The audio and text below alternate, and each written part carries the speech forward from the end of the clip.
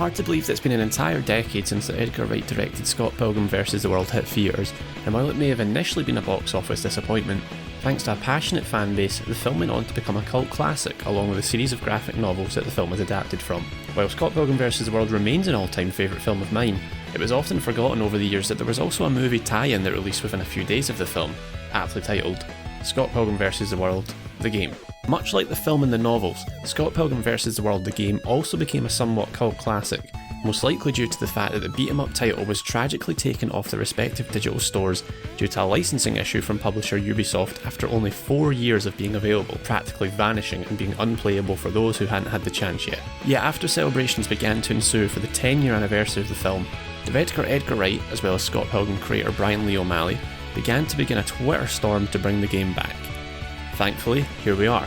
Ubisoft has brought back the lost title in the form of Scott Pilgrim vs. the World, The Game, Complete Edition, working as the definitive version of the title releasing on the latest gaming platforms. So, how does a 10-year-old title hold up? Thankfully, pretty well. Playing as a side-scrolling beat-em-up, Scott Pilgrim vs. the World, The Game, is what you would expect of a title based upon the given source material, which thankfully was already begging for a game to begin with given the premise.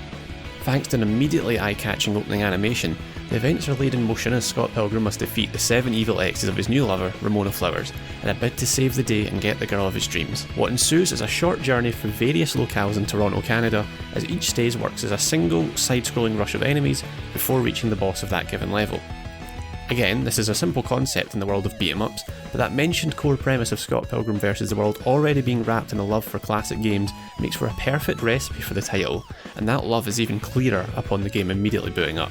Like the source material, the game is a clear pastiche of classic arcade titles, with even the initial splash screens of the title playing into the classic arcade feel, with the publisher cards being presented in a retro graphical style. Beyond this, down to the finest detail, every aspect of the game is always playing into this deep element of pastiche, with character selections, level navigation, and the overworld all bringing back some iconic gaming memories for those who may have grown up with the titles in the classic era. There are plenty of little nods and winks throughout each of the levels that many may not pick up on an initial playthrough, which in itself is likely to encourage repeated playthroughs.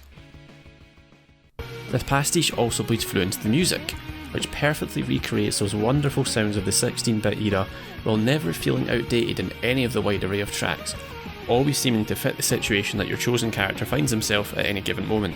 All this is once again glorious to look upon and listen to in the latest console, with the graphics popping clearer and brighter than ever in the re-release played on the PS5 via backwards compatibility. The game, which was already a good looking game, looks even better. In many other titles, this excessive reliance on pastiche would usually be quite off-putting for some, suggesting that the game may not have any of its own personality to display. Yet, as is par for the course with Scott Pilgrim vs. the World, whether it be in film or book format, the aesthetical elements only serve to aid in the already fantastic piece of entertainment, with the game equivalent being no different.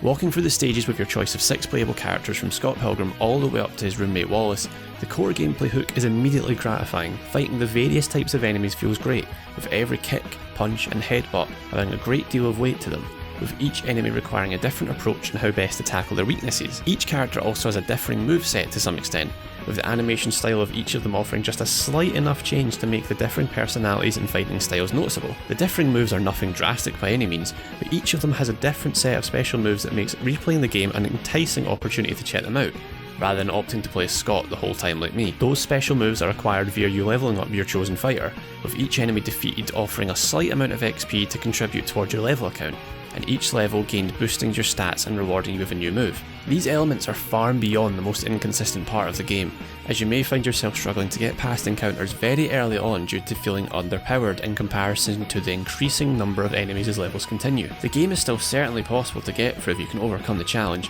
yet the steep difficulty curve here is almost immediate unless you're willing to go back and grind as if you were playing the late stages of a JRPG. Grinding can be done either by repeating stages and punching your way through to the end again, or special power-ups can be acquired at the shopping district found in the first level. Along with the XP you will be picking up from enemies, each of them also drops several coins, which works as your in-game currency to be spent at the number of shops found in the levels. These shops offer small bonuses such as an extra life or a small boost in HP, all the way up to incredibly overpowered stat boosters that can help you reach max rank in next to no time at all. The whole system is always felt out of place within the game, and 10 years on it doesn't fare much better.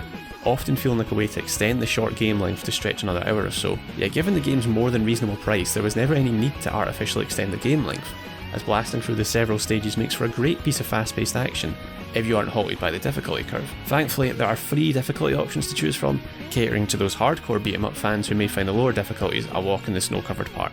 With Scott Pilgrim vs. the World the Game Complete Edition, you're getting exactly what it says in the tin. This is the complete edition with no real added bells or whistles. The original DLC is included, which adds Knives and Wallace as playable characters, along with a few bonus modes that offer some decent distractions from the main story, yet there is a real lack of legacy content here to make the title feel like a true celebration. Regardless, Scott Pilgrim vs. the World the Game Complete Edition remains to be the same blast of a game that it was over a decade ago. Whether you're playing alone, locally, or even online co-op, it is a game that will appeal to most who play, and is a must-have for those who are fans of the source material. Now let us just pray that Ubisoft doesn't have to take this version off the store in the future too.